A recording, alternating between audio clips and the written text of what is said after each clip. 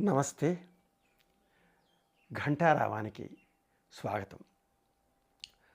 మహోన్నత మహర్షికైన మాతృమూర్తి స్తన్యమే మూలం.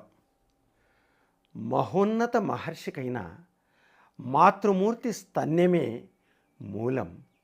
అంతర్వేది గోదావరికైన త్రయంబక ధారణి ఆధారం. దీని అర్థం ఎంతటి మహోన్నతమైనటువంటి ఋషి పరంపరలో నుంచి వచ్చిన ఎంత గొప్పవాడైన మహర్షి అయినా అతనికి ఎవరికైనా మాతృమూర్తి స్తన్యమే మూలాధారం. మాతృమూర్తి స్తన్యం లేకుండా పాలు తాగకుండా ఎవరు ఎదగలేరు.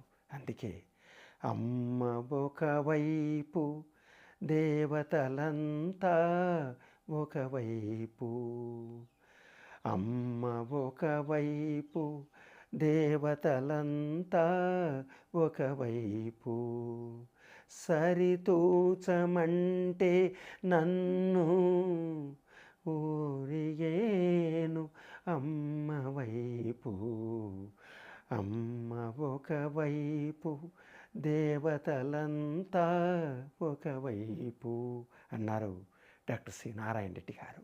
దీంట్లో మాతృమూర్తి యొక్క ప్రాధాన్యత ఎంతో తెలుస్తుంది. అట్లాగే అంతర్వేది గోదావరికైనా ఏమిటి త్రయంబక ధారణే ఆధారం. ఎంతటి అంతర్వేదిలో విశాలమైనటువంటి గోదావరిగా విస్తరించి బంగాళాఖాతంలో కలిసిన ఆ గోదావరికి కూడా ప్రధాన ఆధారం ఏంటంటే నాసికా త్రయంబకంలో జన్మించినటువంటి అక్కడ జన్మించిన గోదావరికి ఒక చిన్న ధరణి ఆధారం.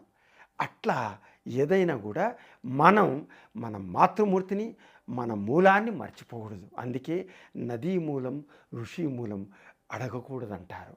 దాన్ని మనం గ్రహించి ముందుకు సాగదాం. ధన్యవాదాలు.